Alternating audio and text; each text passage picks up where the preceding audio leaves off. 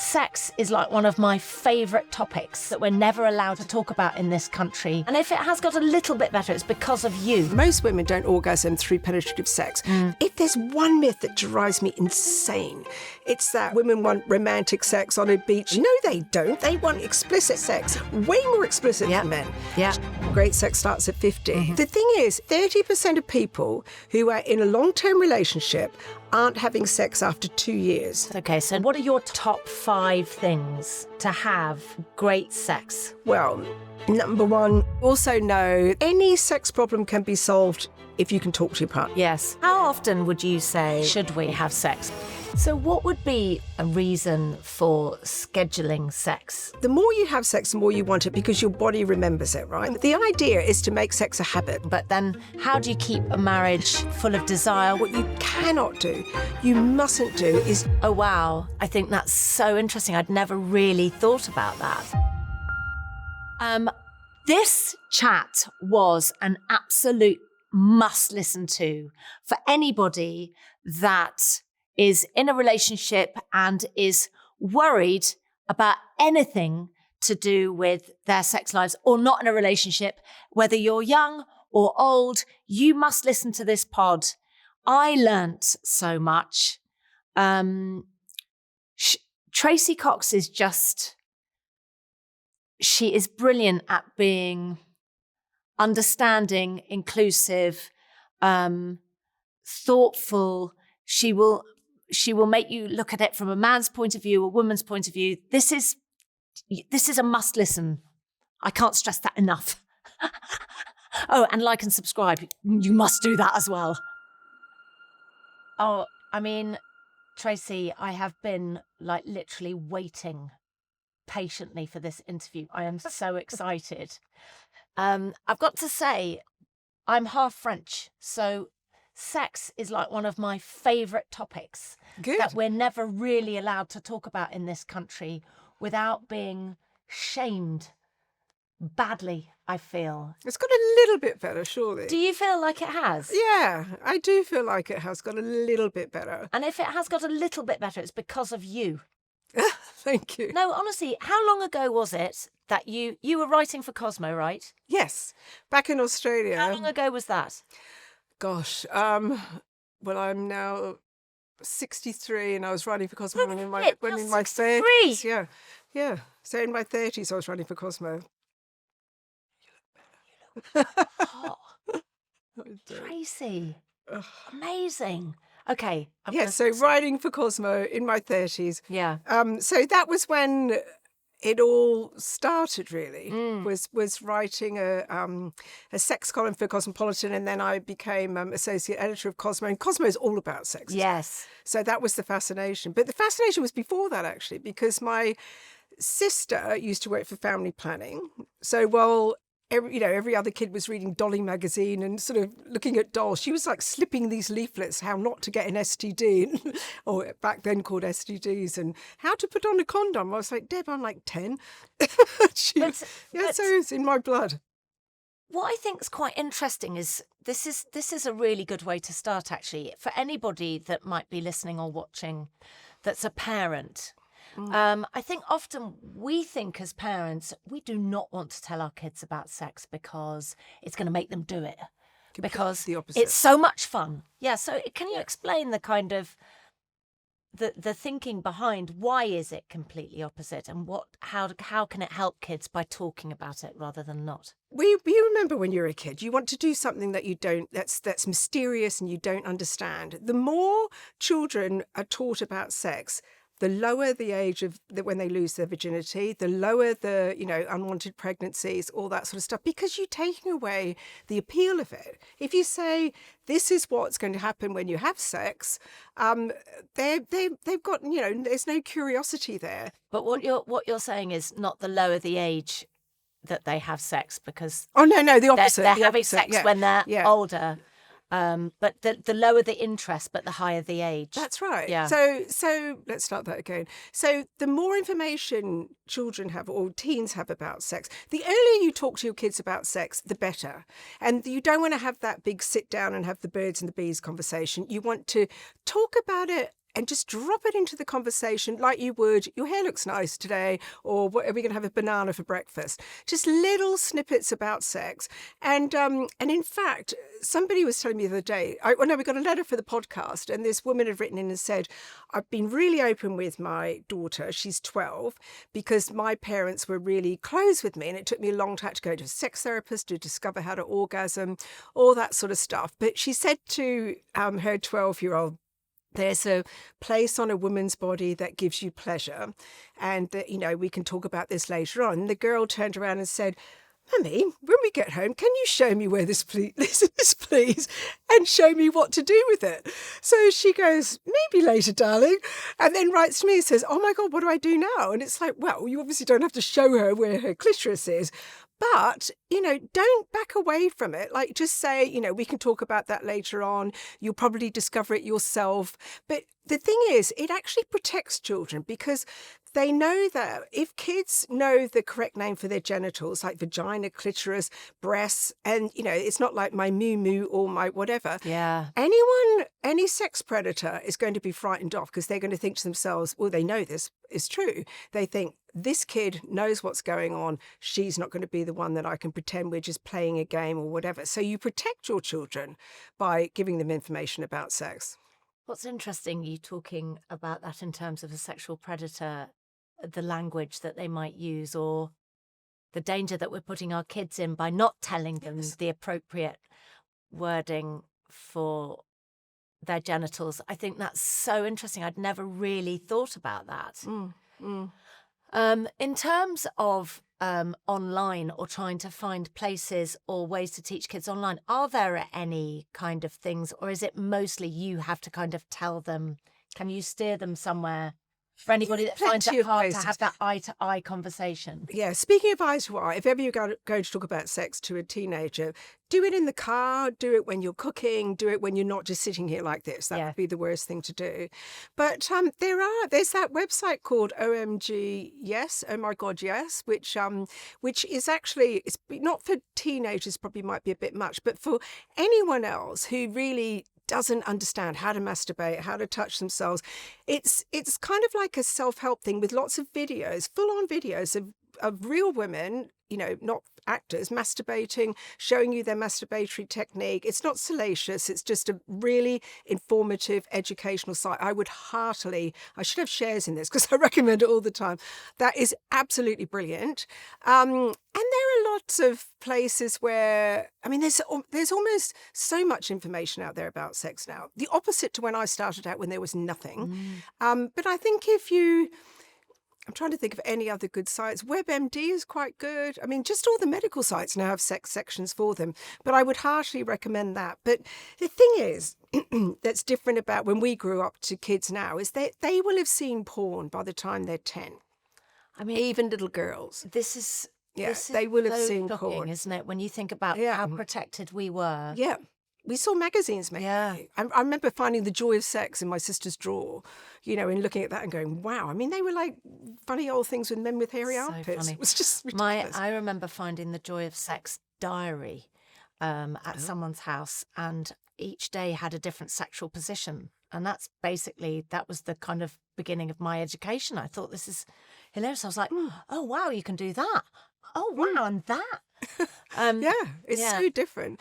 And it's really not helping our young adults, because I interviewed a girl recently about choking and the prevalence of that. And she said, she was 23, very articulate. And she said, I feel like you guys got to grow up with, if you look at the songs of the generation, she said, you guys grew up with songs about love and happiness, and they were all light and airy. We grew up with drill and rap and misogyny. And she thinks that now we are in an age of, really toxic masculinity, where she said masculinity before meant chivalrous and putting down a coat to walk across a puddle. And now it's, the viler, the better, the more masculine you are. And she sees it as a real, and choking's come from that, where men feel like, this is what's expected of them and this is how to be masculine. I mean, how the hell did we get from that to that, really? But this is why it's even more important to talk to your kids about sex, because if you don't talk to them about it, Andrew Tate will. I mean, come on now, you've got to try and get that in, because it's friends that you hear, get most of your information from sex about, really. So look at your kids' friendship group, make sure that's good as much as you can influence it. And, you put in your odd bit. But I think the main thing for parents is to just, so they know they can come to you. They know they can say, Mum, I'm really embarrassed about this, but, this has happened. And to know that you're not going to overreact, you're not going to scold them, you're just going to listen and perhaps help if needed. So to be open and talk about it as often and as easily as you do, what did you have for breakfast, and to talk and to do that, say things like, darling, I just read in the paper today, or, heard online that choking's a really prevalent thing. Is it happening at your school? Yes. Do your kids talk to you about it? Yes, okay, so not specifically about them, just No, about it general. It's general. Maybe not choking, I might be a bit much No, to but start it is, with, but it is, I feel like Yeah.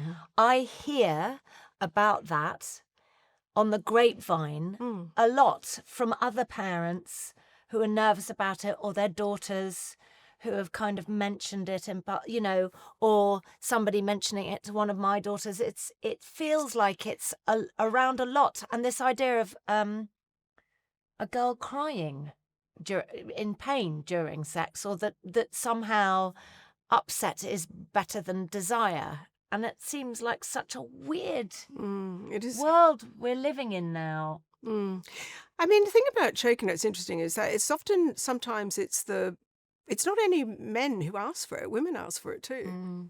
And it's But do you think that's because that was their first early experience of it, and maybe it has become something that they think is normal? Yes, and the lower the self-esteem, the more likely they are to ask for it, because they think that that's what men want. And it's so interesting about sex, isn't it? Because when I was starting out writing a sex column when I was in my 20s, women were very, I worked for Cosmo, and it was very much that we can have whatever we want and we can be whatever we want and we're not going to kowtow to men. Yet we were still very people-pleasy in bed. Still like that. Maybe certainly not like our mothers, but I feel like we were, I'm going to have an orgasm and you're going to give me one, and, this is how you do it.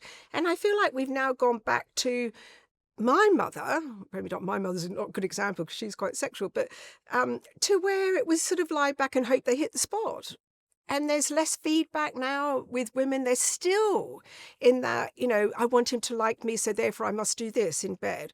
Forget what she wants. Actually, I'd quite like some oral sex or some direct clitoral stimulation, or maybe we could invite a vibrator into bed with us. None of that. All about worshipping what the male wants in bed. And it's always been like that. And I thought this was the one thing that maybe we got rid of. But no. I think it's interesting that we haven't got anywhere. And I just heard you say, well, your mum quite enjoyed sex. And my mum enjoyed sex. And my mum was French. She was an alcoholic, but I think that just was a side problem. But I saw her as being very liberated sexually. She loved her body. She loved having sex. She would talk about enjoying sex. So I always grew up thinking that it was something great, that we could enjoy and have fun with.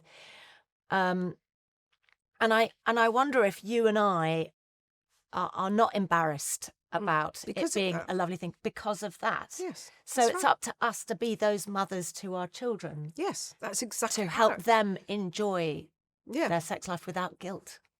Completely. I mean, this is the sort of, and you've got to start doing it very, very early. I mean, the amount of mothers who do the complete opposite, they catch their kid. I mean, I have to say, once I was at a friend's house and she had a sofa with an arm, and her little girl was probably about 4, got on top of the sofa and started rubbing against it. And I was just thinking, I'll be interested to see what happens now, because I know this woman very, very well. And she just sort of looked at me and laughed. And then the perfect reaction, she just went, does that feel nice, darling? And she went, yes, it does, actually, Mummy, it feels lovely. And she was like, well, that's great, but maybe next time that's the sort of thing that you do in private. That was all she had to say about it. Now, if she'd gone to her, what are you doing? Why are you doing that? That's disgusting. Don't you do that? Don't you? What do you think you're doing? How is that going to help? That kid's going to go on and just think sex is dirty, sex is bad. I've just written a piece for the Mail Online about Catholic religion and just, very, very strict religions and how much they can ruin your sex life. Because if you're told that sex is bad and dirty from a young age, it's very, very hard to shake. And these women were like, intellectually, I knew from the age of 16 that it wasn't bad, but my body seems to have absorbed this message that it is. So it's very important to give the right signals very early on. I also know that an orgasm is so good for you, for men and for women, and that certainly for women it relieves stress, anxiety, burns calories, it feels amazing, you feel fantastic afterwards, and yet there's so much, like you said, shame built into society around more so the female orgasm than the male. Like, I feel like males kind of were congratulated or expected, or, I think there's something about the fact that a man has to release, or he gets blue balls, that kind of, do you know that kind of thing? Like, we don't have to, so why should we have the pleasure? And I've always felt quite angry about that. But I know you're quite interesting around, we don't have to orgasm, either of us, when we have sex. Like, we should maybe stop focusing on that so much. It's lovely if you do, but you don't have to. It's quite interesting because on one hand you want the man or your partner, male, female, or whatever they are, to want to give you pleasure, and obviously it's not really obviously, but one pinnacle of pleasure is an orgasm. But so you sort of want that. So the opposite, you don't want somebody who doesn't care less whether you have an orgasm or not. Yeah. It can go the opposite way, in that men pressure women, or women feel pressured by men to orgasm, and it's almost like it's a sort of proof of their prowess. I gave her an orgasm, and it's so funny because we've known since share height, like what's that, a long, long time ago, that women don't orgasm. Most women don't orgasm through penetrative sex. The clitoris is rather unhelpfully outside of the vagina, so you have to have extra indirect stimulation or direct stimulation of the clitoris. So. And most men, even I would say sexually savvy men, are like, yeah, I knew that. But not all women, right? And it's like, well, 80% of women, it's like, yeah, but I don't think I've ever been with one, really. So, it's like, just extraordinary. And women play along with the game.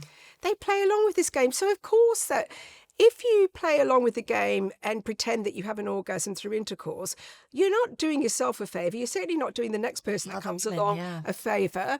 And then by the time you to have a real orgasm with somebody, you've got to teach them the technique that works for you. It's generally during oral sex or with a vibrator or maybe using fingers. It's certainly generally not through intercourse.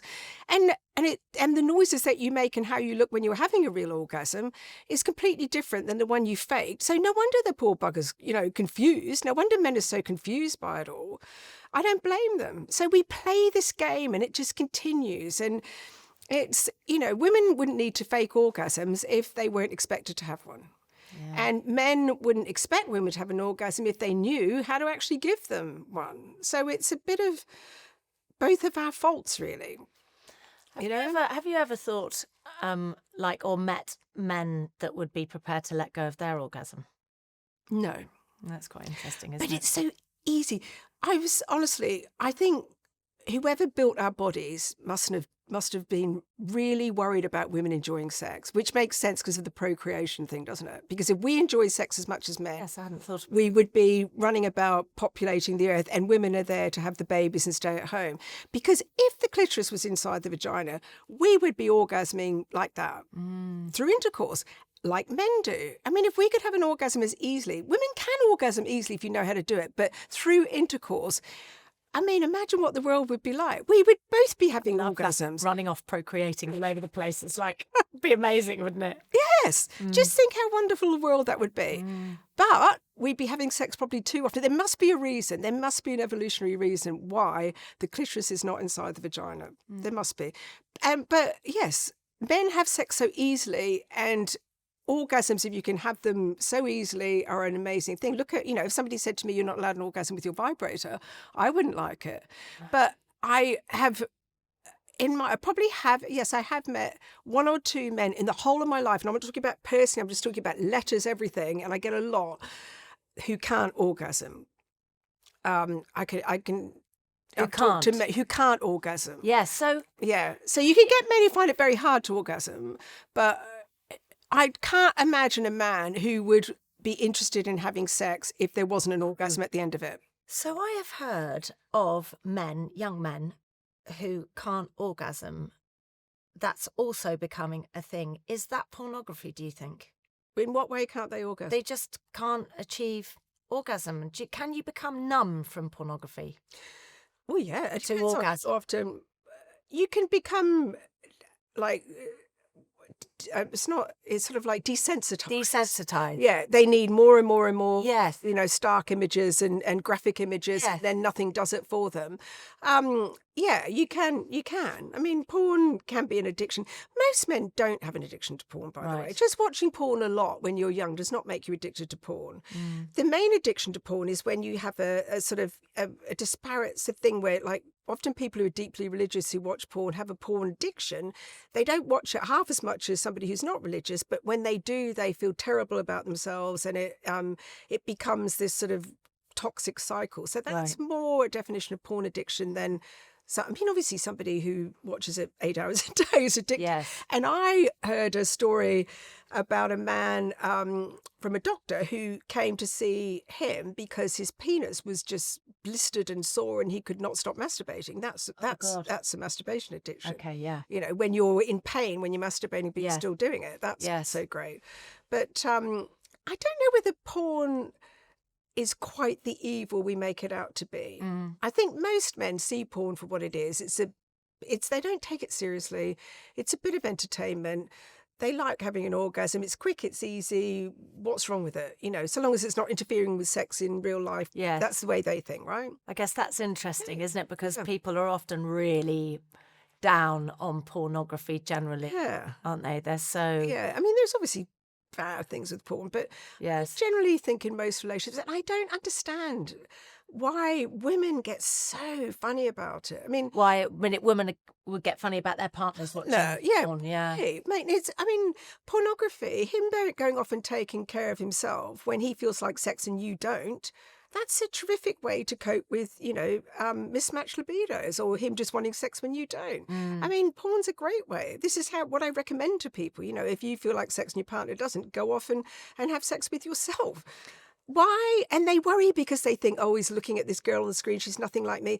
Men change the way that, the images that they look at. If you looked at them 2 seconds later, they'd be looking at some other girl. He's got a different vision of somebody who wants to see when he's just about to ejaculate than somebody who wants to take home and meet his mother or be the mother of his children. It's sort of just mainly harmless for most people. I think what's interesting that you touched on there was this idea of what happens when you want to have sex and your partner doesn't, and a mismatched libido that potentially at the beginning of your relationship was matched. And then for whatever reason, I mean, lots of people around our age now are, 20, 30, 40 years into a marriage. And, you've got to how do you keep a marriage alight or on fire or full of desire? What keeps you together? You don't, is the answer to that. And I think that if we kind of accept that, human beings are built to basically, there's no such thing as monogamy in the rule book of evolution. There's a point to keeping you together for probably 5 years, and then after that, there's no point. So they're really not interested. Your body's not interested. And what happens at the beginning is that you're flooded when you meet somebody and it's all new. You're flooded with all these sex and love hormones, and your brain goes crazy. It's better than heroin. It goes completely crazy. And you could be, going out with Trump. You wouldn't know. It's just like you're completely under this intoxicated illusion. And then when they wear off, it can be anything from a month to 9 months if you're lucky. Suddenly, then you see the person in front of you, and it's like, oh God, you know, you've got orange hair. You know, like, suddenly, and that's when you need technique to kick in, and that's when people go, well, I'm with the wrong person. No, you're not. It's just that lovely rush of sex and love hormones has worn off. But then, you know, nature's clever, and then you go into the cuddle stage, and dopamine kicks in, and then you have babies, and all sorts of things keep you together in terms of love. But what we need for love and what we need for sex are two different things. So that sort of what we love about love is the security and contentment and snuggling up and watching Netflix and the predictability and the security. But what you need for sex and eroticism is danger and excitement and feeling vulnerable and insecure and not knowing if they like you or not. So how do you keep the two together? Most people choose love over sex because you can only have sex for so many hours of the day. So, you know, and this is why, you know, the people who get on the best often have the least sex because they're too close. But You know, how you can need a that bit of not separation. happen? Tracy, what if you want both? I think that if you want both, you have to put a hell of a lot of effort into it. And the way to get both is to both want to do it, right? Number one. That is sometimes harder than you think because you've grown up wanting sex. I've grown up wanting sex. So we're probably going to be the women who've gone through menopause and still want sex after menopause. Plenty of women get to menopause and go, you know what, I never really did like it. And now I've got a great excuse not to have it. So there's that sort of thing that goes on in long-term relationships. 30% of people, this is horrific, 30% of people who are in a long-term relationship aren't having sex after 2 years. And we're talking about young people as well, people in their 30s At all? and their 40s. They don't have it at all. They don't even have After it bother 2 years? after 2 years. It's much more common than you think. I know, Mad. that's extraordinary. That is extraordinary. And I was like, really? But I know that that's true because I've talked to people of all ages. And women are the ones that tend to go off off sex and long-term relationships because what we were talking about earlier with how easy it is for men to orgasm, and all they have to do is like, you know, put their penis inside the vagina, wiggle it around a bit, and they have an orgasm, right? For women need interesting sex, erotic sex to stay interested. Otherwise, it's like, well, I often don't orgasm, so what really is in it for me other than, you know, sex? Desire isn't the only motivation for sex. It makes your partner happy and there's great health benefits, right? But they've got less motivation to have it. So women tend to go off sex earlier than men do. What constitutes erotic sex? Well, it's up to you. What you find erotic and what I find erotic would be different things. But it's sex that's not, I mean, most people have the same sex every single time in the same order. They do exactly the same things, the same period of time, and it's just in it. And if you're lucky, it's efficient sex. You know, if you know the way to make your partner orgasm, you do shorthand sex. You just go cut out all the middleman and just go straight for the things that you know are going to work. Very efficient. You know, you can both have an orgasm in 5 minutes, but it's not really that interesting, meaningful. So, but that's better than nothing. I'd much prefer people still had sex. But what usually happens is you lose a bit of interest because all the hormones disappear, other things come along, and as you get older, your testosterone drops, your estrogen drops as a woman, and it does in men as well. And the less you have sex, the less you want sex, and suddenly you're having no sex at all. And then it all becomes a bit awkward. And it's the sibling effect thing where it feels like you're having sex with your brother, you know, like because you haven't done it for so long. And that's happened to people. Of course, I know, all the time. It happens all the time. And we're best friends. Yeah, and most couples are best friends. So it's the only way I think that you can have hope of still having good sex is to really tap into the dark side. You know, the stuff that you only tell, you know, you sort of, maybe that weird porn category that you masturbate to, or a fantasy that turns you on and you're like, Christ, I'm glad no one can read my mind. Do you know that sort of weird shit that is your thing? If you can get to the point with your partner where you can tell them that stuff and they tell you that stuff, that's what kicks you past the darling, put the bins out, you know, I'm having sex with my brother type thing. And puts you into, wow, you know, because you need something like that. That's why BDSM is actually very popular. Yeah. Because it gets you anything that preps you out of that role. Like if you're into bondage or dress up or, you know, mild whipping or something, you're not going to do that in your, casual clothes that you wear watching this, on the sofa. You're going to go and you're going to put on a corset and you're going to get that whip and you're going to put on your high heels and all of this stuff puts you in the mood. It's all about triggers in the brain that go, aha, right, okay, shit, I know what's coming now, and so your body gets into it, but you've got to move out of that role that you're in most of the time of mother, of sister, of like best friend, and oh darling, you're that cuddle mode, and less of the dopamine and more of the testosterone stuff. I'm just Not thinking about, couples that have been together for a long time and how scary it is to talk fantasy for fear of being shamed again. Yes. Because it's one thing to enjoy sex and everything, but then to talk about a fantasy where you're a bit like, I'm not sure how you're going to react to this. But I think, like, maybe if one person is brave enough to do that, the other person might then feel brave enough to come back. But what happens if they go, what are you talking about? Like, yeah, how would you? Well, it does happen. That? It does happen. And this is why I'm often, I don't know. I mean, I know that that's the only way you're going to keep it going. But I also know that especially if you say you've got a fantasy about you come home and the workmen across the road, 6 of them all come in and ravish you, right? So you've probably had this fantasy for 5 years before you end up telling your partner.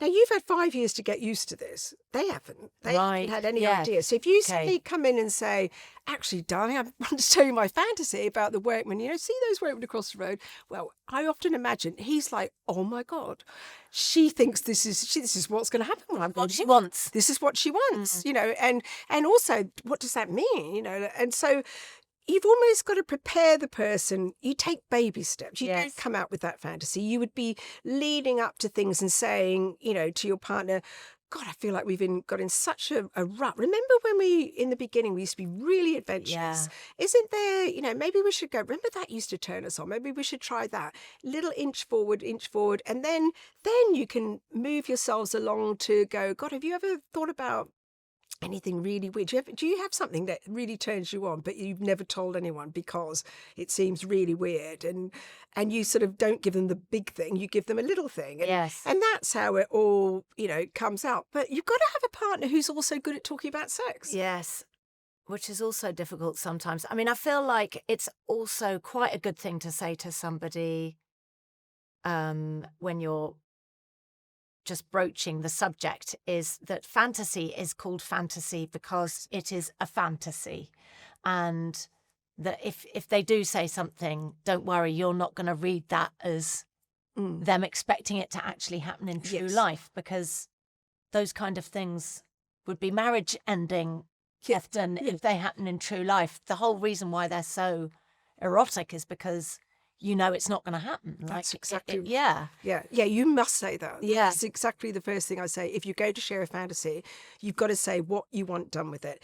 Do you want to role play it? Do you want to use it as titillation? Or do you want your partner to surprise you with that sex worker and you have the threesome? Because don't let them know. They might surprise you with a sex worker and you end up with it. And it's like, what is this going on? I mean, that's happened so many times. Yes. It's not just the cliche jokey thing. But if you broach it beforehand, maybe somebody would want it. Like, it's, exactly. There's nothing wrong, I guess, with that. Like, if you both... I mean, the other problem, I think, if you are in a relationship where one person is trying to reach you, as a couple, if there's couples watching this and someone's broaching it, then know that they want to improve or connect with you on some level.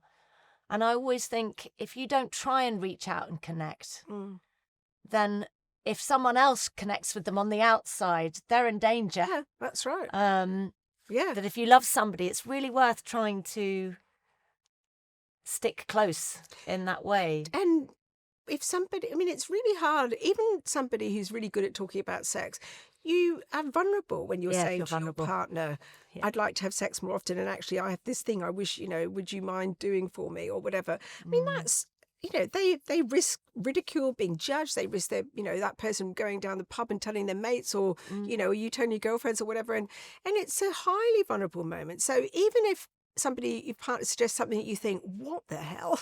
I have no interest in that ever. Don't react like that. Yes. Never react like that. Just say, wow, that's really brave of you to tell me that. And, Oh. I'm not quite sure whether that's my thing, but I'll tell you what, let's try it if you would be prepared to. Or how about, is there anything, how about we role play it? How about I've always wanted to do this. Are you interested in this? If you're going to say no, you say, I'm not interested in that, but how about this? Because then it's not a rejection. Yes. But you've got to offer something else up, or else, and I'm also a great believer in low effort sex and no effort sex. Because honestly, if you have a reason that you really don't want sex, and maybe your partner's got a way higher libido, or you're postmenopausal, and I mean, plenty of women would love to still have sex and they literally can't because of, painful sex or dry vaginas or just their desires just gone through the floor. So that doesn't mean that you can't be sexual with your partner. So if your partner, say I don't ever want sex again, and my husband says to me, right, what are we going to do? You don't want to have sex. You can say, okay, well, I don't necessarily want to have intercourse, but you could give me oral sex. I could give you oral sex. You could not touch me in the slightest, but I could give you pleasure. Yeah, pleasure. Or I could even watch you give yourself pleasure. Yes. There are ways to be sexual without actually putting yourself out in the slightest. And I think that that's what we need to embrace more. I mean, self-pleasure is amazing, and how people don't do that enough, really. Like, you think, God, if you just self-pleasured in front of each other, it was very erotic, If you talk to each other and say how gorgeous you think each other look, or I love what you just did. You just said, oh, wow. When you were saying if you're a bit like, not on your Nelly about the fantasy that they just told you, but you go, wow, that was really brave to congratulate the person that's really stuck, put themselves out there by telling you something that you can see they're nervous about telling you, rather than shaming them, saying, well done. Well, thank you. Yeah. Thank you for trusting me with that. Yeah. I appreciate that so much. Yeah. Because that's exactly. I mean, that's exactly intimacy, isn't it? And I tell you who's really bad at this is men to women. When women suggest something that they want to try that's a little bit out there, it's like, number one, who have you done this with then? Who have you done this with? Oh, God. I mean, so there's awkward, that. Then you don't Yeah, that's right. Yeah. Or there's, and especially if you're more adventurous than they are, then they feel, because it's the man that should be more adventurous. So then they feel like, God, she's obviously done more than I have. Yeah. And so then they'll, how many lovers have you had? And, all this sort of stuff. It's a really bad thing to do. It's a really bad thing to do. It takes a lot of guts to sort of say what you want in bed, to even just say, can you move your head there or put your finger there or whatever. I mean, actually meeting someone who meets your sexual desire is quite important. But like you said, your sexual desire can match at the beginning, but after you've had kids and you've mentioned a couple of times about dry vaginas and painful sex after menopause. I'd like to just put my hand up and say I take vaginal estrogen. And when I started taking hormone replacement therapy, I was 43, and I didn't really have vaginal atrophy then, which is when you're, just in case people watching or listening don't know, it's when your vagina gets drier.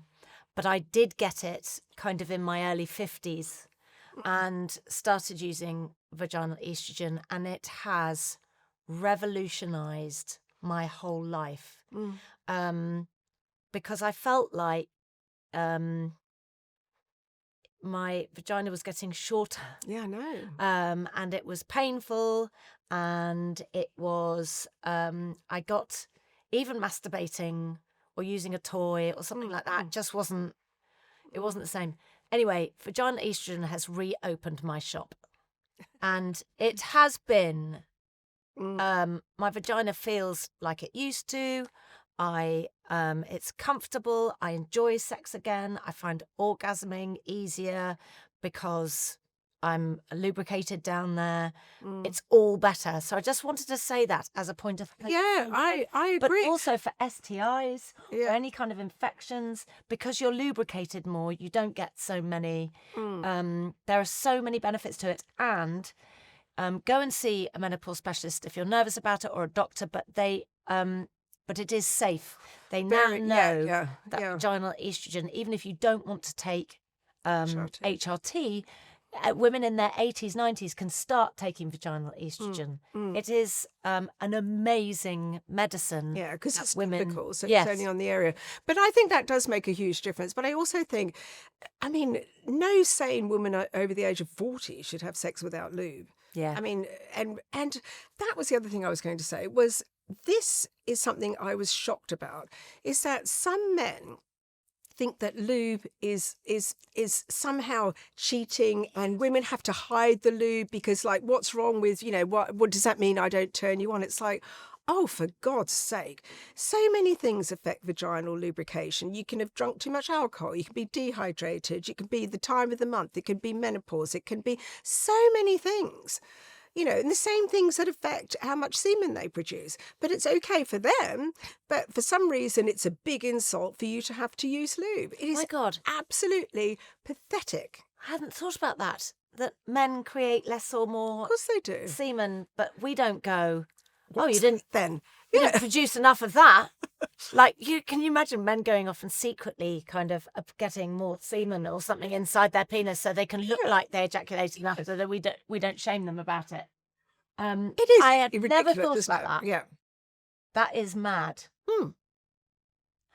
It is completely mad. That somehow our wetness Hmm. is an indicator of how hot they are. Yeah. Oh my God. Thing that's in so reverse is interesting. women are guilty of thinking how hard he is an indicator of how much he fancies them. Oh, right, yeah. And so we're just Yeah. as bad at that. So if ever you're with a man who gets an erection problem, please just be kind and just go, oh, well, it happens to me, it happens to everybody, and then good, you can pleasure me now. Give me a bit more oral sex. I'm sure that'll fix things. Just keep it light, because honestly, the amount of men who've ended up completely not, with ED problems for the rest of their life because a woman or a male partner has shamed them, they're like, oh my God, and they're anxious the next time. And of course, the minute you're anxious, penises don't want to know. It just, you set up and then it happens again, and then it's even more psychological, and it just is terrible. All for one thing. I mean, we're not machines. We are human beings. Sometimes his penis isn't going to work. Sometimes your vagina's not going to lubricate. Sometimes you'll have an orgasm. Sometimes you won't. It's just normal. Yeah, We're normal. not robots. Do you know, it's interesting. I probably have been guilty of that. Like, when I was younger, that it was me in some way not. Yeah. That's quite interesting. That Yeah. You think I'd never thought you're of not fancy that. me. That is Yeah. basically what Yeah. Yeah. happens the other way around. And you know what? Often men, How? Of course. especially when they're younger, can't get an erection because they fancy the girl too much. They're like, So much, oh my yes. God, this is really important. This is really important. For Christ's sake, make sure you work. And then, they're the girl, and these poor girls who are, who don't think of it, looking at it through that lens, are thinking, oh my God, everyone keeps telling me I'm really pretty and hot, but why don't men think so? Because whenever I get with a guy, I can't get an erection. It's because you're almost too hot in some ways. So you should never, ever take it personally. For either way. No. Men either or way, women. yeah. That's really They interesting. aren't indicators. You can be as more turned on than you've ever been in your entire life and still not be wet.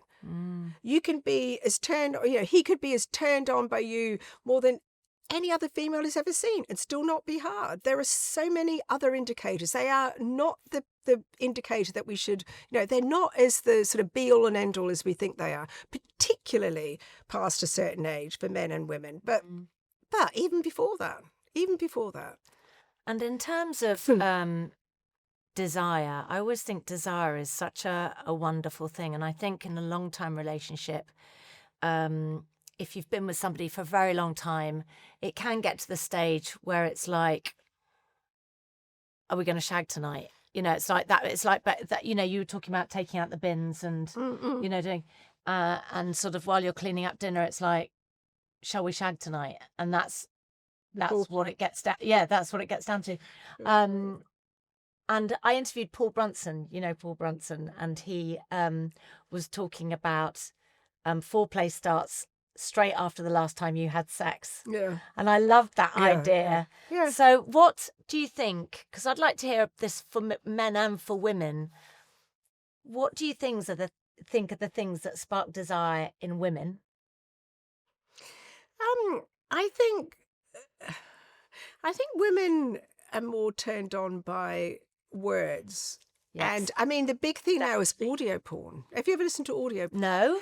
Audio porn has completely come into its own now, and so you can have there's so much out there. You see, generally you can either have somebody reading somebody reading dirty stories. In other words, Yeah. you can get classic ones, you can get really filthy ones, you can get.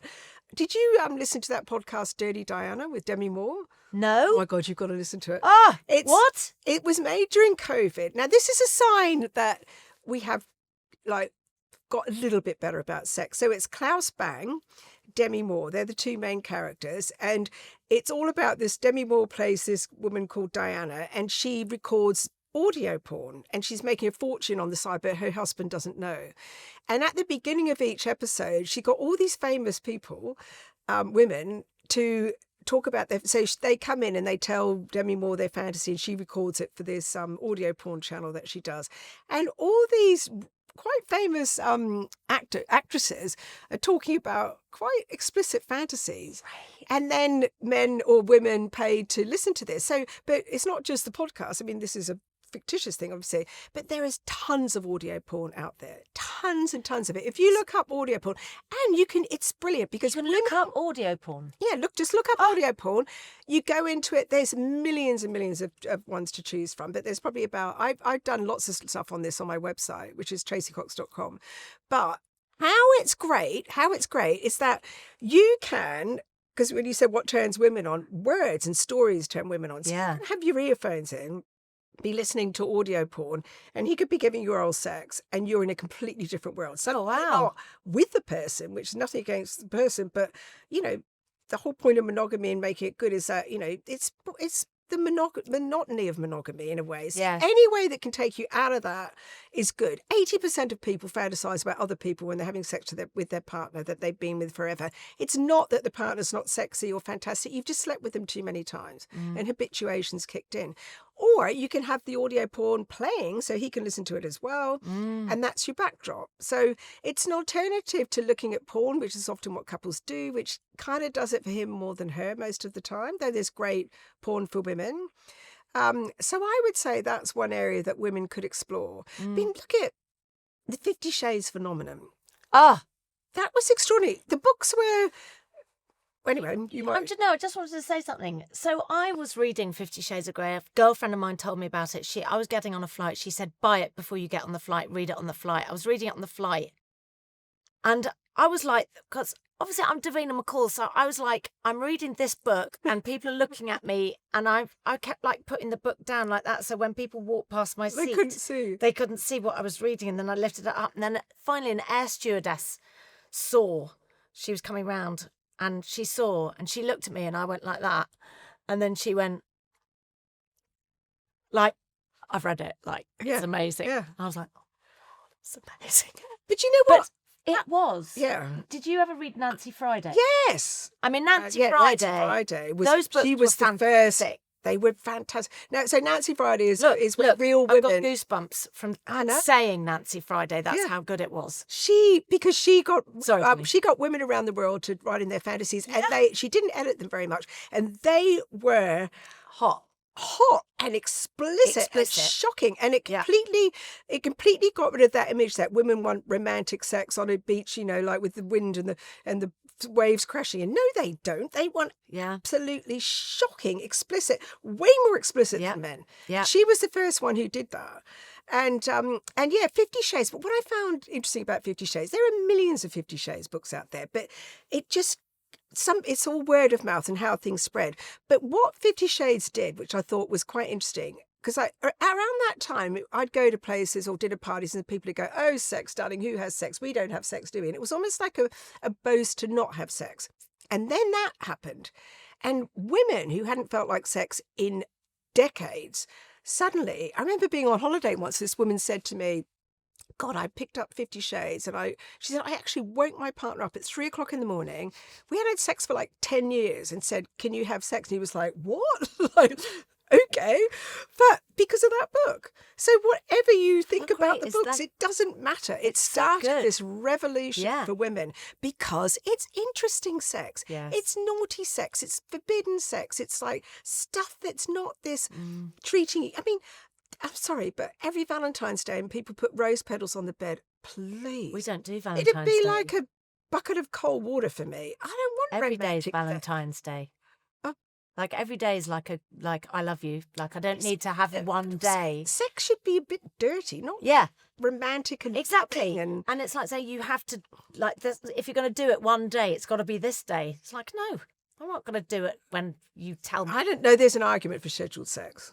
Oh yes. Yeah. Okay, so this is interesting because obviously in a long-term relationship, like you said, it's quite easy for it to go a month, and then after a month, difficult to come back from that. How do you instigate? All right, a month's all right. How do you Lots of instigate people- again? Yeah. How do you it's Yeah. it gets after that Yeah. it becomes awkward. Yeah. How do you? I think I'm trying to think. I think any couple who hasn't had sex for 3 years, unless you have a massive discussion, you are never having sex again. Right. That's just Okay, that's it. That's just it. Yeah. So I've talked about this before. Yeah. And there was a bit of an uproar, and I'd like to apologise now to anybody that's listening because I think I was wrong. That I said, if you are with somebody and you are not having sex, I would not count that as a relationship because I would be like, but sex is part of the relationship. That is what makes you boyfriend and girlfriend. Because in the back of my head, I'm thinking that your partner might go off and have their head turned by somebody who does want to have sex, or you might. You're on very shaky ground, but lots of people were quite upset about that because It's also not they are. true. It's not yes. true. Well, then Yeah. I feel like I did learn something. Yeah. It's actually not true. There are sexless relationships and sexless relationships. And some sexless relationships, when one partner desperately wants sex and the other one doesn't, That that would be is a recipe for disaster. Okay. And no one's happy. Okay. But you can get relationships where couples just naturally evolve. Maybe couples are just not that interested in it anyway. At all. At all. With anybody. No, Yeah. anybody. Or Yeah. they've done, I know couples that have had the best sex ever. And they talk about, God, remember when we used to do that? But they've almost had so much sex at the start that they felt like, well, we've done all that now. We're on a different phase now. We're not interested, but it's just sort of not important anymore. So if there's nothing wrong with having no sex in your relationship, so long as you're both happy with having no sex in your relationship. And so long as the affection doesn't stop. Like if you're really cuddly, you kiss a lot, you're affectionate, you're playful, you're intimate, then it's not the same as just having a friend. That's not living as roommates. But if you've got one person who desperately wants sex and the other one doesn't, and the other one who doesn't want sex is saying, you have to stay faithful to me, that's not fair. That's not fair, and that's completely a different thing. But when I was younger, I used to think that. I used to think, God, what sort of relationship is that? But there are plenty of people. When I wrote my recent book, well, not that recent, but Great Sex Starts at 50, I interviewed lots of, she's got it, lots of my friends about their sex lives. I thought I'll start with them. And I did also probably 2,000 women and men. So interesting. People that I know pretty well, not my core group of friends, but my people I know pretty well who haven't had sex in years. You would never tell. You would, and sort of people who you think who talk the talk, men who just they're the ones that are not interested, not the women. They're the ones that are not interested. Always the sort of way, isn't it? The people who are the boasty ones down the pub are the ones that aren't having sex, and the people who are quiet usually are. But the amount of couples who have been together for a long, long time, who are just really not fussed about it. And the ones who were the most comfortable with it had good sex at the start. Yeah. I think if you know that it's there, if both of you, and that's the other thing, if you're going to not have sex, you don't ever want to say, we're never going to have sex again. You want to leave it open so that, because sometimes something can happen in somebody's life, most often when they do fancy someone outside the relationship, and it gives them the spark. They don't want to cheat, but suddenly they do want to have sex again. So you need to be able to be open to that as well. so you never say never, but I think so long as you have the conversation. But what you cannot do, you mustn't do, is just take it off the table and don't talk about it. Yeah. And so many people do that. So then you don't know if your partner's really happy about it. And, and they don't know if you're really happy about it. So then both of you are slightly nervous, thinking, well, is somebody else going to come along? Because of course you're going to be more ripe for an affair if you're wanting sex and you're not having sex. Of course you are. So what would be the reason for scheduling sex? Like, surely it would just happen if both of you were interested. So what? Okay, go on, tell me. Right, of course it doesn't. It happens in the beginning, right? But that whole spontaneous sex thing, it happens in the beginning because it's fueled by hormones. Habituation sets in very, very fast. Within 2 years, your body goes, well, I'm not going to get spontaneously turned on by you because I've done you hundreds of times. It just is the way the human brain works. It makes it, because otherwise, if we were suddenly so excited by things all the time, we'd be exhausted in life. So it happens with everything, not just sex. So what happens after that is that if both of you get like that, the more you have sex, the more you want it because your body remembers it, right? The more orgasms you have, the more your body is going to go, hang on a minute, you haven't had an orgasm for a while. So the idea is to make sex a habit.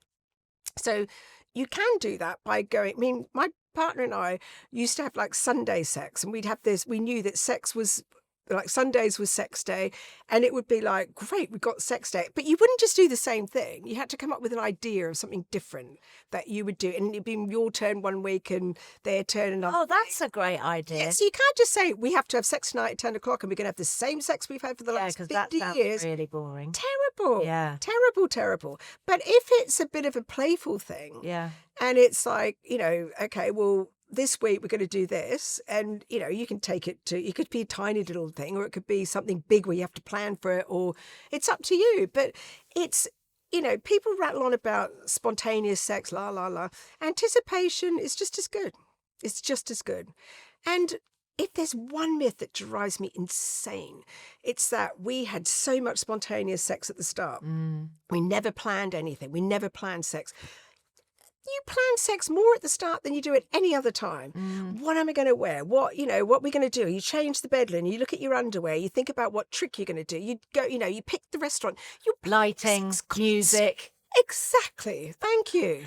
And the other thing we need to talk about is spontaneous versus responsive sex desire and how we desire sex. Oh, yes. So what do you mean by that? So spontaneous sex drive is 2/3 of men, where it's like, nothing particularly happens, but it's like, I feel like sex right now. See this girl walk past, I feel like sex. Or, I'm looking at your legs, feel like sex, right? A gay friend of mine, I thought this was so good. I said, so what's it like being gay? Like, just for the sex drive and everything. And he went, basically, sex is my screensaver. So when his computer in his head just switches to kind of, it's been dead for 3 minutes, You think the screensaver comes on and it's like rabid sex. Hilarious. And I was like, oh, I completely get that. Yes. You'll How just be old is he? sitting there for 3. He was 27, 28. Of course. Yeah, like, Gay so man good. 27. I'm going to go back Yeah. to gay man at 27. Yeah. Because I reckon they're having the most Amazing. fun, aren't they? But that's true. Yeah. That's true. So spontaneous sex is just out of the blue feeling like sex, right? Responsive sex is, I don't really feel like sex at all. But if somebody touches me in the right way and I start having sex, suddenly I'm in the mood. And women, 2/3 of women are responsive. And this is where people get all confused about sex, because women think, I don't have a sex drive at all because I never spontaneously feel like sex. Sometimes I quite like sex once we start going, but I never spontaneously feel like it, so therefore I have no sex drive. No, you have a different sex drive. It's completely different. And also, if men understood that, because men shouldn't be insulted if women don't want sex spontaneously, because that's not the way they work. We're not made like that biologically. We're not made like that biologically. So if you could have a kind of agreement where you could start having sex if she was up for it, and then maybe after 10 minutes, 5 minutes, whatever we want to put on it, if she says, you know what, it's still not working for me, then it would be fine, and he can masturbate in front of you or go off and whatever, then that would work a lot better. The way that men initiate sex pretty much guarantees that women say no all the time, because they don't understand that. Yes. Or, if your partner knows that you've got responsive desire, they would, they could say, well, what do you need to get in the mood? So they, run a bath, talk to me, Yes. give me a glass of wine. So I've got something interesting to ask you. Have you ever heard about the 5 love languages? Yeah. Have you heard about that book? And it's I've been around forever and ever. So I did the love languages test. I mean, there's no guessing what my primary love language is. Obviously, it's touch. Yeah.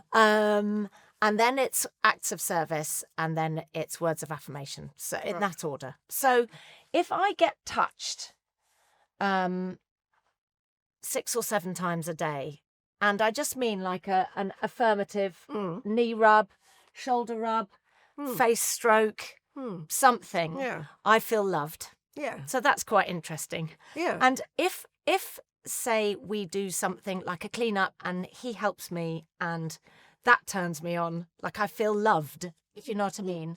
So all of those things are like foreplay for me. Yeah. And you saying Yeah. running a bath, that's an act of service. Yeah. That's saying like, I've been in a bath, shall we have a bath together? That's like, definitely, you know what I mean? I feel so cherished. And I always thought that acts of the love languages were a complete tosh. And then when I did it, I thought, oh God, actually, I think that does speak to me. And I also thought, sorry, but if anybody's watching, this is quite good for Mother's Day. As a child, if you know your mother's primary love language is touch, you say, I'm going to give you a hug every day for the next year. Yeah. Oh my God, that would be the greatest. Yeah. I don't need gifts. I just need cuddles I from my think kids. that most people are a good mix, and sort of try and think that they should be one of those things sometimes. Yeah, I mean, I know that I'm a mix of words of affirmation, acts of service, and touch. Yeah, most people are. But if you, so if you... Well, actually, some people don't like the touch bit, do they? Yes, I'm a don't. touch person. Yeah. And words are my... And if I you're like with words, a touch person, so I know a couple who, one is touch, one isn't, and I'm worried about them because he does the 5 touchy things every day because that's what he needs to do to feel. But she's like, stop pouring me. And then you think, oh, that's not going to work. So actually, it is quite good if you're on the same page. Of course, yeah. Yeah, it is. I was just thinking, and I know some people like that. And it is. Or words. And, like if you want a big long... I mean, when I write cards to people, they're like, I write it all out first and I get it all completely perfect. And then I've got a friend of mine who just writes, Dear Tracey, love Claire. And I'm like, thanks, Claire. You put a lot of thought into that. And we laugh, because I'll write her love letters, basically. And we laugh about it. So then it is that's good. But we deal with it that way. But if you're in a romantic relationship, that would piss me off a lot if my partner didn't. So he knows. So he has to spend ages trying to write out exactly But he also loves words. So we are very similar in our love language. And you're well matched. Yeah, we are very well matched. How long have you 2 been together? 12 years. Wow, 12 years, great. yeah. Well done. Yeah. How nice. So second marriages for both of us. Yeah, I'd love to Are talk to you married to your... No, I'm not. Oh, no, okay. but I'd love to talk to you about second time round. And I'm in fact, maybe now is a good time actually. That lots of people at our age, when they have been in long relationships or for whatever reason, they feel like they've come to the end of the road and they decide to move on to a different relationship.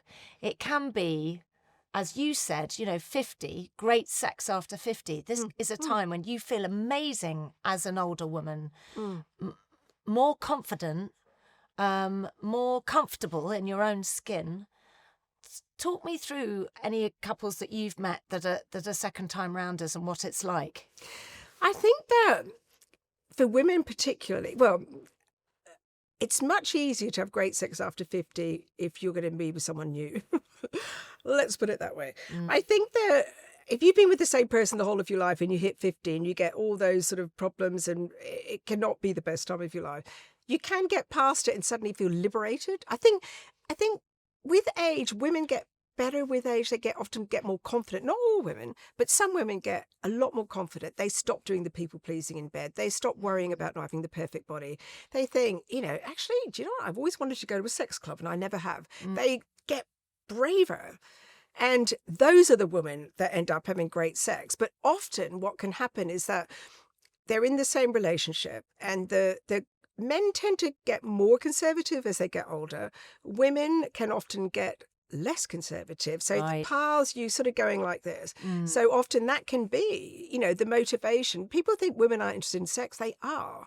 And lots of women leave their partners, at the age of 50 or, around that age because they want to have adventures. They might be sex adventures. They might be travel adventures. They just want to have adventures. And if your partner's not going to come with you, you end up leaving the relationship and doing them on your own. And, women post 50, this is why Mrs. Robinson's always been, women over 50, especially on dating sites, end up with younger men. Younger men are extremely interested in older women because they're not needy. They know what they're doing. They're not freaked by penises that don't get erect. They are prepared to ask for what they want. They make better lovers. So it's totally possible to have great sex after 50. And for lots of women, I think you get to that age where you worry far less about what people think, don't you? And you're prepared to... I think men have always been very good, hence the gay men thing, why they have such great sex is because they'll move each other around. If it's not working for them, they just say, that's not working. Go here, do this. Can you do that for me? Women are like, no, we just lie here and maybe he'll hit the spot eventually, or, too scared to do anything, don't want to hurt anyone. They wait for someone to give them an orgasm. They don't take an orgasm. Yes.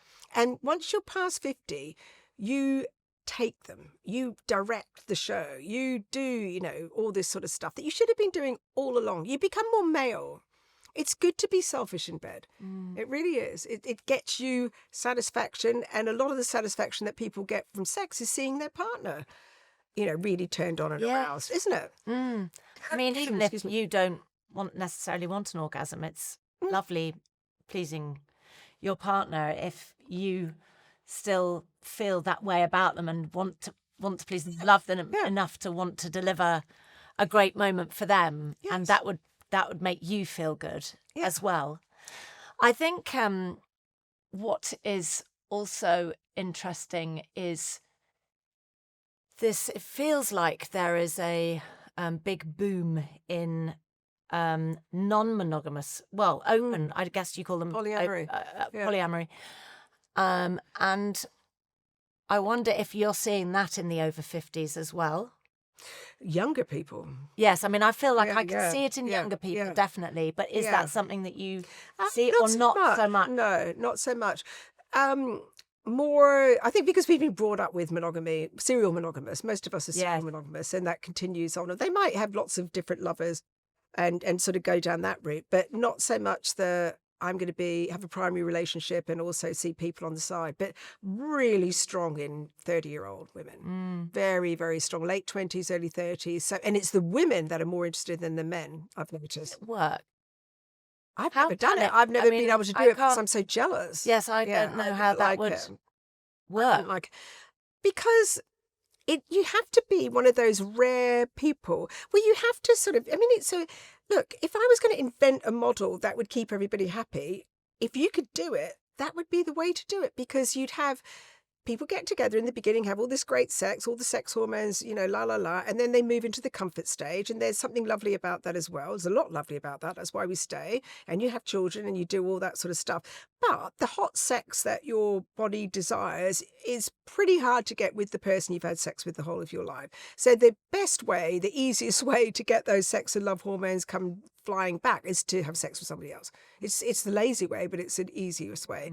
So if you are able to sort of cordon off your primary relationship and say, okay, so the love's going to be, well, actually, it's not even, sometimes people say, yeah, you can love lots of people, but the standard polyamory at this point would be that you love one person and then you go off and have sex with other people with rules. There's always rules. It might be no one in our friendship group, or no one, it might not be, you're not allowed to do it twice. It might be, or you might be able to have a full-on relationship with somebody else. Right. You might be able to marry we can't marry two people, but have a serious relationship. So there are various ways that it works, but generally it's that you have the love relationship and then you each go off and have sex separately with other people, and then there's hot wifing, which is what's that? Hot wifing is where interesting, it's so rife now. So hot wifing is where you're in a relationship with, you're generally married, and your husband wants you to go off and have sex with other men, right? And he will either come and be there and watch it, through watch a video of it, be involved in the planning of it, or just get off on the thought of, her with somebody else. And women, understandably, get very insulted if their partner wants to do this. Yeah. Because it's like, well, why would you want to share me with somebody else? Yeah. Don't you love me? It's got nothing to do with love. There's so many theories on why it's become so prevalent. They think it's because, for women who do it, it's often that sort of, well, if one man desires me, that's great. But if he can see all these other men, especially if you put them up on sites, and that's part of the turn on, is him watching all these men respond to want to have sex with his wife that he's got, so it makes its reflected glory a little bit. They also think, Justin Lee Miller thinks it's to do with sort of eroticizing this fear that she might cheat on you. So if you turn it into something that you're kind of in control of, it becomes easier to handle. There's all sorts of things, but oh my God, it is so common, this hot wifing. And even in older couples, or is it still again? Yes. Oh, is it? And swinging has become way more popular. What's the actual definition of swinging then? Well, swinging is that you're doing it in front of each other. You actually, not necessarily. You can have open swinging and closed swinging. So you could go into a swingers club and you get a bit where you might go off into a separate room and they might go off into a separate room. Or you might just only be together. Yeah. It will be couples having sex together. Yeah. In the same room as other people. Yeah. But not necessarily, because you can also be a swinger and just be into threesomes. I know lots of couples who will hire a sex worker and, she'll sleep with the woman and he'll watch or something like that. So that's officially swinging as well. It's inviting other people into your bed with consent. With consent. So there is so in terms of the polyamory, I think the older people are doing more of the hot wifing and the swinging and not you can go out and do things on your own without me having any control. I think it's probably trickier to let your partner go off into the world and have sex with people that you don't know anything about than it is to say, okay, well, I know you're going to be with hot David tonight because I've seen and I know where he is and I know what you're going to be doing. Then it is, polyamory is riskier because you could fall in love. You could fall in love with anyone doing anything, but to me, that's riskier. So I think the older people are doing more of the swinging and and I think I wouldn't be into swinging or anything like that because, again, I'm too jealous. Those kind of evenings, feel like, those kind of events are all over the place. Yeah, and they're really good because even if you're not interested in, like, Miles and I are the most jealous people in the world, and we discussed going to something like that because I got asked to go for a professional reason, and I said, well, I'll go if you go, and you could see he was, but I know what would happen is that we'd go and he'd be looking at somebody and you'd see I know him well enough to know, and he knows me well enough. Be upset, and then you'd both be like, shit, he's looking at her and she's looking, well, and then you'd end up having a drink and it would be just all over. So we know each other well enough to not do that. But if you can go and just look, and you're not jealous types, then you've got all this erotica. You can role play it later on when it's just the two of you without ever participating. I think what is worth saying is you can have a very big conversation before you leave home. And say, okay, what are your hard boundaries? Yeah. What would you struggle with? What do you really not want me to do? Yeah. If you ever want to go somewhere like that again in the future, you go, do you know what? I couldn't handle it if you looked at somebody and I thought you fancied them, and they go, okay, I won't do that. And then they go, well, I wouldn't really like it if you did that either. And go, right, okay, well, we won't do that. We won't touch anybody else. We won't be intimate with anybody else, but we'll go and just walk around and have a dance and, that's right. Like, be ourselves. I think, like, if you were really boundaried about it and you both observed each other's boundaries. And you didn't have a drink, and if you were completely sober and you set some rules, some people, well, the sort of person who's not going to function in that environment would never go anywhere. They would be horrified at the thought of you even suggesting it. But I think things like that, or even going to Sexpo or, things What's like that? Those places where they're like sex exhibit, like the home exhibition. You have a sex exhibition, And you go and you can buy vibrators and you can, and there's always sexy people walking around. Because I did arrange, or still do arrange with Love Honey for sex products, and they used to send me all around the world. We went to a sexpo in Berlin. Holy hell. They're like people leading people around on dog collars and there's people having sex, live sex. And I mean, that's a In Berlin. in Berlin, yeah. Yeah, I mean, the Germans And they're are pretty open like about sex, years yeah. ahead of us in terms of, Yeah, always have been. very open. Scandinavians just as all the Europeans are way more open than us. We would never do anything like that. It would freak everybody out, wouldn't it? Brits are better than Americans, though. Yes, we are. Definitely. They are. And Australians are a little bit better than the British in terms of openness about sex. But they are. But just a sexy environment, or even just go to a bar. I mean, that whole cliched thing about pretend to pick each other up in a bar, which I think I would just laugh my head off. But lots of couples really like doing stuff like that. Yeah, they do, or just like going out and being in a sexy environment and then coming home. Like the last thing you want to do is just stay at home all the time and never do anything new. Yes, because. If you want to do something new in bed, go out and do something new in life and just get that part of your personality working. Just do new things. You were talking about lube earlier, and I know that obviously for vaginas, you really do have to be careful about what you let go in there and getting infections or, urine infections or anything like that. What do you think works the best in terms of a lube for women? Water-based, oil-based, like what kind of? Water-based, not oil-based. But I would go for, as well as a lube, I would use a vaginal moisturiser as well, which are two different things. One, vaginal moisturiser are things like Replens, where you put it in twice a week, 2 or 3 times a week, and just keeps everything nice and moist. A bit like the way your vaginal estrogen works. And they work very well together. Just so people know, there's you can have an applicator or you can just use your finger, and you just get it as far as you can, and it just sticks to the wall of your vagina and melts. So yeah, you can put it in, but outside of the times that you would have sex. Yes. But vaginal moisturizer is great. Vaginal topical estrogen, great. HRT is really good as well if you can take it, and most people can, more so than you think. And things like, if you're going through a period where you're not having sex, what's really good to do is, if you've got a vibrator that you would insert, or you can buy what's called dilators, which are just little dildos really, and you put estrogen on the top of it, estrogen cream, and you sort of twirl it one way 20 times, twirl it 20 times the other way. It keeps your vagina nice and moist and used to having things in it. So if you're going through a period where, especially if you're older, say your husband, or your partner, works away, or you're just not going to have sex for a period of time, which can happen as you get older for many reasons, just keep doing that. Keeps everything nice and healthy. Because what you don't want is if you go through menopause and you're not having sex and you're not noticing much, especially if you're not having sex. Some women, I mean, I'm always aware of my vagina. I don't know, some always have been. And but some women are like, oh my God, I went to get a smear and suddenly they couldn't insert the speculum. And it's like, okay. Yes, we hear that a lot. A lot. Yeah. And that's because they haven't had sex, and so they haven't inserted anything. They don't look. They don't get any symptoms. So next thing you know, it literally can grow over, and you need to be able to get into your body. Yes.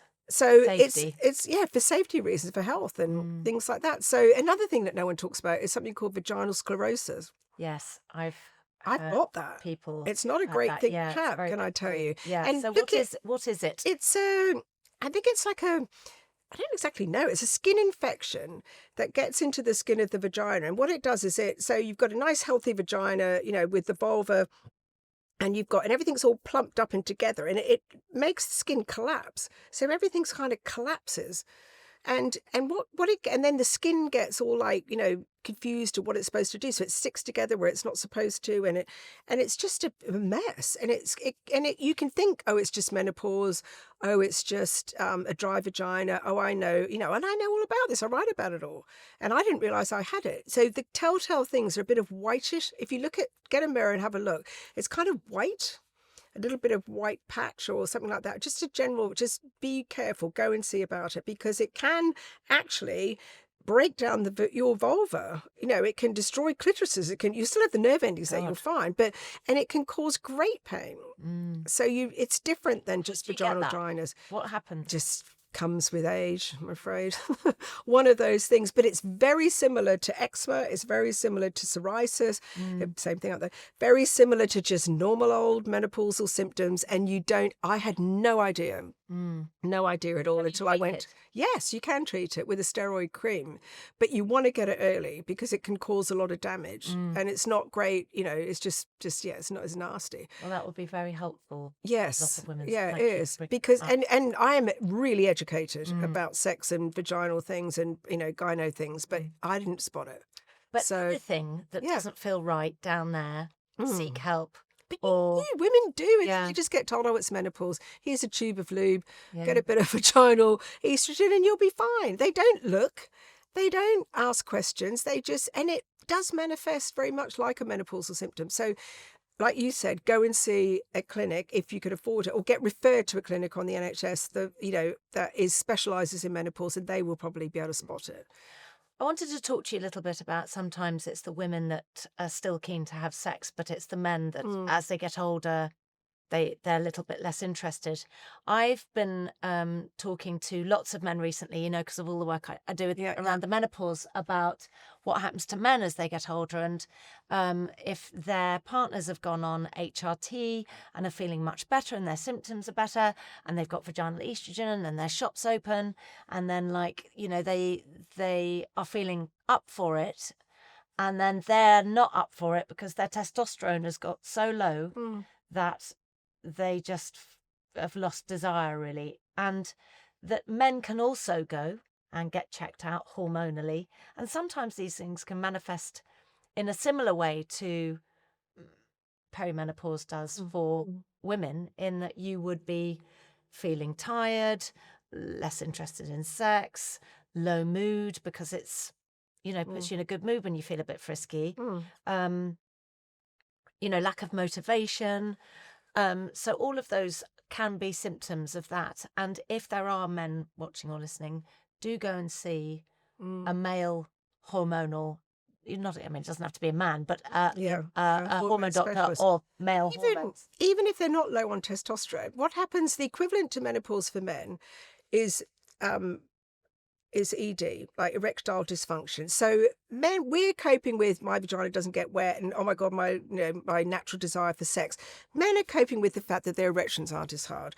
And what was extraordinary when I was writing that book about sex after 50 is women, not all women, but a lot of women are like, right, okay, this is what is happening to my body. I'll try and find some solutions and I'll just deal with it. But it wasn't a great reflection on, oh my God, I can't be a sexual being. Some women are like that, but a lot of women are quite stoic about it. Men, not being able to get an erection for a man is a psychological catastrophe. Yes. There's a brilliant sex therapist called Stephen Snyder who wrote a book called Extraordinary Lovemaking Forever or something like that.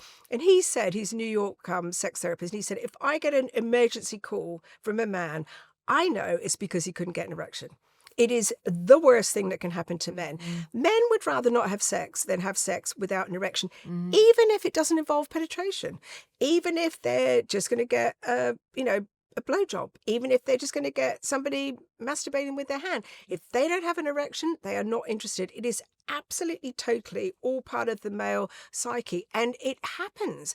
And if I get a woman writing in or talking to me and saying, I don't know what's happened. We used to have great sex, but my partner is just not initiating sex anymore. He won't talk about it. All of a sudden we went from having loads of sex to no sex at all. What the hell has happened? Is he over 40? Is he over 45? He's got ED. He's terrified to tell you. Always right. Men suffer. I feel so sorry for them. I hate the penis. They talk about penis envy. Who wants a penis? Yeah. Because it's all, and men don't understand that it is part of their, everything about a man is allowed to age except for his penis. Yes. It's just aging. It is normal. Men need more strong stimulation, like before it's a lighter touch, but now they need really strong stimulation. They need to get arouse the same way women do. Yes. And that's why often you have better sex when you're older, because you both go back to that foreplay stage. You have to spend more time arousing each other because it takes longer because you don't have the hormones. So if we all just understood this is how it goes because of Yes. your body and hormones, nothing to do with you're not a man anymore or you're not a woman because, you're not lubricating, or it's just what happens. You have to work with it. We do it with everything else. We'll go and get a stick. We'll go and get, do more weights. We'll go and realize we have to stretch when we get older. But when it comes to sex, we just punish our bodies and ourselves about it. It's interesting, isn't it? It's so sad as well, though, Yeah. isn't it? I feel really sorry for men, actually. Yeah, and I think this is a really, really important conversation to have, because I think often when you are one sex, you are kind of thinking about yourself, yeah. and you're not really empathizing properly with your partner about what that might feel like. You've done a brilliant job, I think, of explaining what that would feel like for a man. I mean, the idea that a man would be too embarrassed to talk or tell your partner about that is so Most men. sad, isn't it? Even young men. Yeah. Most well, men. of course, I think it might even be harder for young men because... I'll tell you something else is Viagra. We need to talk about is Viagra. And because good or what could- bad? Bad. Bad. What bad. can happen with older men? I love the way you were like, bad! I was like, I don't know, Tracey, I don't know. Just bad in the sense that for younger men, as we'll talk about afterward, but for older men, they having trouble getting erection, they think, I know, they have a solution. Of course men have got a solution. No one's worried about women, but of course men have a solution because all the money's gone into it, right? And it's easier to give a man an erection than it is to work on response desire for a woman, right? But, so they can go off and take this pill. So suddenly, have you ever seen a Viagra penis? No. Right, they are completely different to a normal erection. They look slightly weird, you can tell. They're slightly purple, they're too hard, they're not off-putting, but you can tell the difference between a erection without Viagra and an erection with Viagra. Yes. So you can tell the difference. I mean, you've got to be looking for it and know what you're looking for, but you can tell the difference. But most men are like, hallelujah, look at this. This is amazing. Yeah. Like, look at this. I've taken a pill and suddenly I've got the erection I haven't had for years, decades even. They want to use it. You're going to put a penis, the 20-year-old version of his penis, inside a vagina. Oh. I know. That's 50 odd. The woman goes, what are you? I'm sorry, but this is not, this is not great news for me because it's going to bloody hurt. Can you come on Viagra? Pardon? Can you come on Viagra? Yeah, you can, but it takes longer. That's why it's great if you're having premature ejaculation issues, because it can make it last longer. And, but it's just this disaster. It breaks up a lot of relationships, actually, because he's then, well, I'm going to go and use it somewhere else sometimes. And it can be a disaster. With young men, they get, especially young guys who, like high-flying types who are doing a bit of coke and they're doing all that. So they mix coke with Viagra. Okay. And then women... And sometimes men who are really nervous about getting an erection because of the way women act when they don't have one will take a Viagra the first time just to give them confidence. And then, of course, she's used to that. And then suddenly they stop taking it. It's like, wow, your erection's different than normal. So next thing, they have to take it all the time. It's not great for you. Is it really big then, Viagra? Like, is it? Yes, it's a big problem. And men are, from the minute, what it's like if you click on anything, men are bombarded, young men are bombarded with, your penis, bigger, better, harder, stronger, rock star penis. And older men, the minute you hit probably 45, they'll be being bombarded with it. So this constant message, must have a big, hard penis, for men. So no wonder they're so paranoid. It's worse than women in lots of ways, I think, this whole way it's been handled.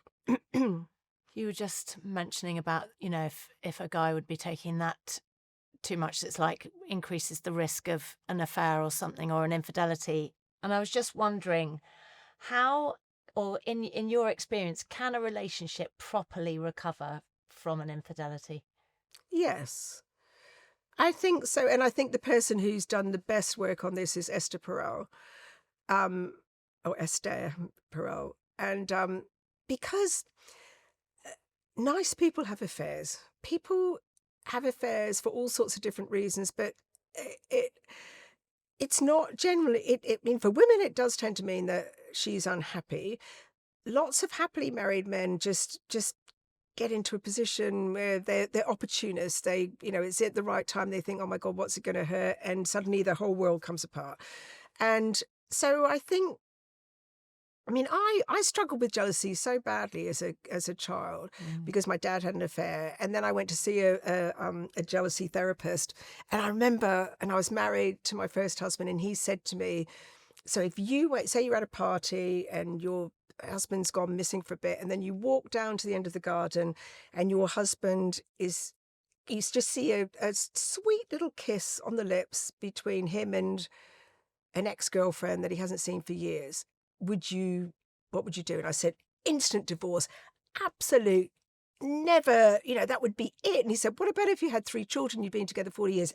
Absolutely not. Now I think, I would love not to see that, and there'd be a lot of bloody talking, but I think things happen. What I would like is to not know about an affair. I think things happen in life, and I think couples go through, like you can be married to the same person for years, but have different marriages because you change and you're at different, sometimes you're in a great place, sometimes you're in a terrible place. I met a 65-year-old the other day, and we were in Berlin, interestingly, and we were having a brilliant talk at a drinks party. And she said, I'm on my 4th marriage. And I was like, wow. And she went, with the same guy. Yeah. And I was like, what do you mean? And she said exactly that. Yeah. She said, we had the kid phase. That was one marriage. We had when we first got together, that was another. I agree. We've just entered. All the kids have left home. And we've been in a new marriage for the last 8 years. And it's great. I was like, oh my yes. But I brilliant. think people make mistakes. They make genuine human mistakes. And for not all people just go because there was hot sex on offer and they didn't care about the person.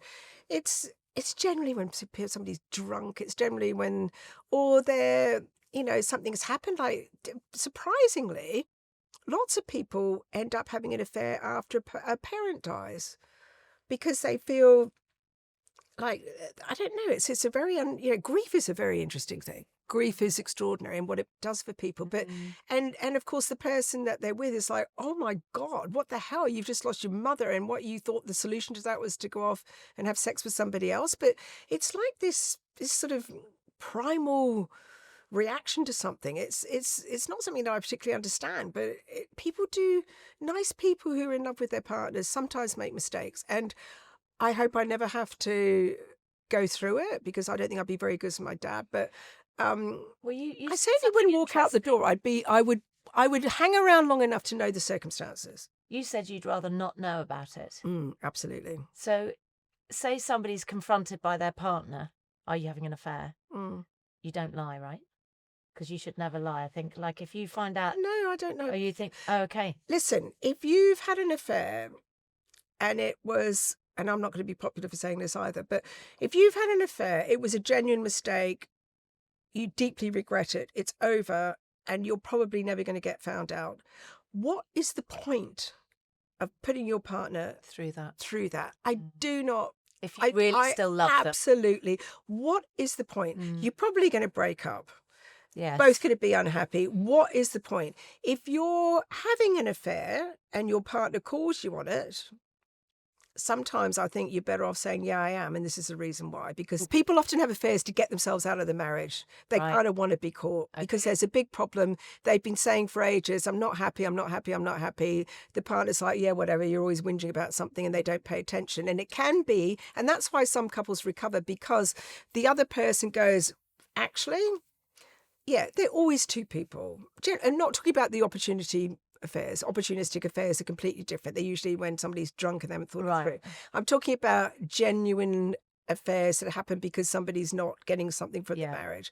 It's generally, they often have asked their partner. So in that scenario, you might be better off saying, actually, yes. And also you've got more chance of surviving, because if your partner's had an affair and you were like, I knew it, you've got more chance of staying with them than if, oh my God, I thought we were the happiest we've ever been. And then you think, well, how the hell am I going to spot that again? How am I ever going to spot that again? Yes. Okay. Whereas if you saw signs, yes, you're better off. I don't recommend having an affair as a way to get a partner's attention. It's like... No. It's a deadly thing to do. Well, it's very dangerous because most people don't cope with them. the big thing that floors people when their partner has an affair, particularly in a close relationship, is that you and me against the world. Like, you went off and had an adventure without me. Like, you Yeah. meant to be us. And don't you think I wanted to do that? Yes. It breaks that. Yes. It breaks that. And I don't know whether you ever get that back. I think that is very true. I think that thing of being a gang, a two-person gang, us against the world, is important. Well, it is to me, definitely. Me too. And I think that would be the hardest thing that I would have to deal with. Out of everything that we've spoken about, I would like to know, like, what your top 5 things out of everything we've talked about to have, like, great connected sex at any age, I guess. Well, number one, you have to be able to talk about it. You have to be able to talk about sex with your partner, because if you don't... How do you do that with someone who's, like, locked in?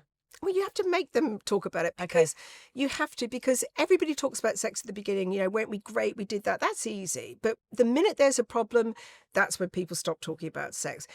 If you, like, any sex problem can be solved if you can talk to your partner. Yes. Any sex problem. And there's a million things online about how to do this. You start with, you know, baby conversations, and then you build up to it. And you start, again, talking about, you don't have the big, we're going to talk about sex, because everyone's like, what? You just talk about it the way, you know, I was listening to a podcast today about sex, and this girl, you know, when we're saying this, move on to something else. Yeah. That's sort of how you get used to talking about sex. Okay. Manage expectations. We just fall for all the myths, like, you know, the whole watch TV and everybody's having intercourse orgasms, and Miles is like, can we just watch one show where you don't go into a complete rage at the TV? Like, that wouldn't happen, would it? And then what would be another thing? I think find your own normal is the other thing about the frequency of sex. Don't get all hung up about, you know, I mean, they used to have a definition of a sexless marriage being 6 times or less a year. Now, a lot of couples are having sex 6 times or less a year and actually quite happy and consider themselves sexual. So just find what works for the two of you. What else would I say? Be the point before about being brave, and if your partner opens up, just be aware that people are very vulnerable about sex. Yes. It's really that you are super vulnerable if you talk about it. I love that. Yes. I mean, even I've been talking about sex since I was like 10 probably, but maybe not 10.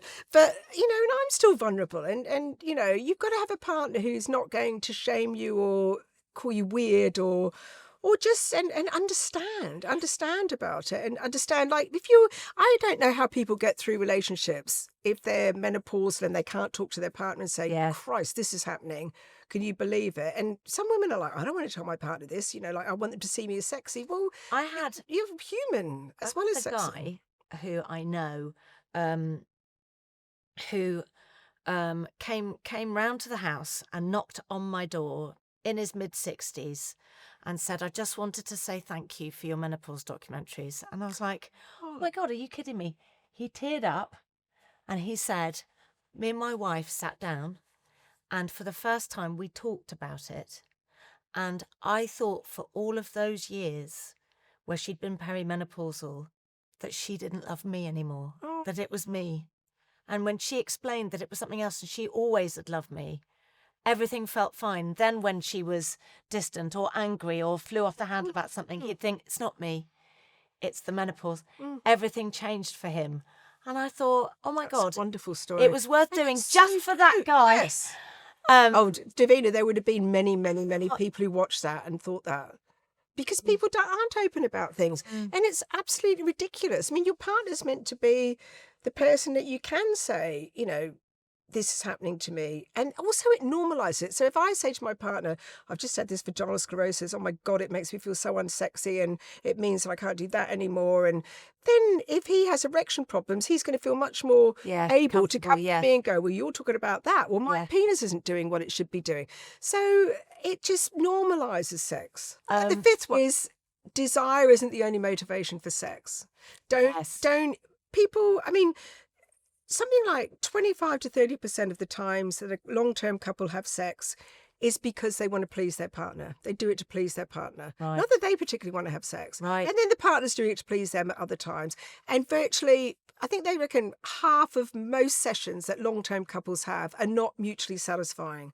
But that is what happens in a long-term relationship. Yes. And it won't mean that they didn't enjoy the sex, but they'll say, oh, I loved feeling close afterwards. I Yes. loved watching her get turned on. It made us feel happy, like it made us feel connected again. There are so many other reasons other than desire. And I think sex in a long-term be relationship, generous, when Sally, be generous. the next day Yeah. you feel closer in some way. Yes, of course you do. So even if you weren't triggered by desire, Hmm. it has a very positive outcome. Yes. There are plenty of reasons. That's why you should make sex a habit and just keep doing it. And How often would you say oh my God, that's another is a bit, isn't habit? it? Sorry. Yeah. They've done so much research into frequency because everyone's hung up on frequency. And they did one very important study, and they made a couple have sex, like lots of couples have sex every single day, because we have this thing that, the more sex, the better. And couples who had sex every single day were quite miserable because it was too much.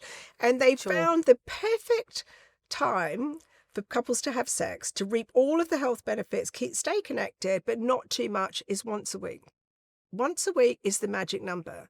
So for some people, that's like, whoa, that's way too much. That's way too little. That's, but if you want to stay connected and stuff, if you can just manage once a week, you'll be fine. That seems to be the magic number for most people. But it's all about age and stage. When they did that famous study about couples had sex 2.2 times per week. I grew up with that. Everybody grew up with that. It was like a bit like the menopause studies with HRT. A group of 20 people decided to do an experiment, and that came out, and it's just stuck.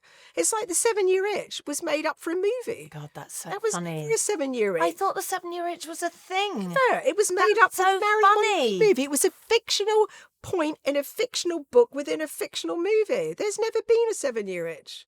Oh my God, that is so funny. That is a great way to end our podcast with an absolute corker of a lie. Yes. That's mad. It is mad, isn't it? Tracy, you did not disappoint. Well, neither did you, I have to say. I love you. This is one of the best discussions I've had about sex. And don't worry, I shall worship at your feet Oh. every time I So see we should do that every single time. That would be great.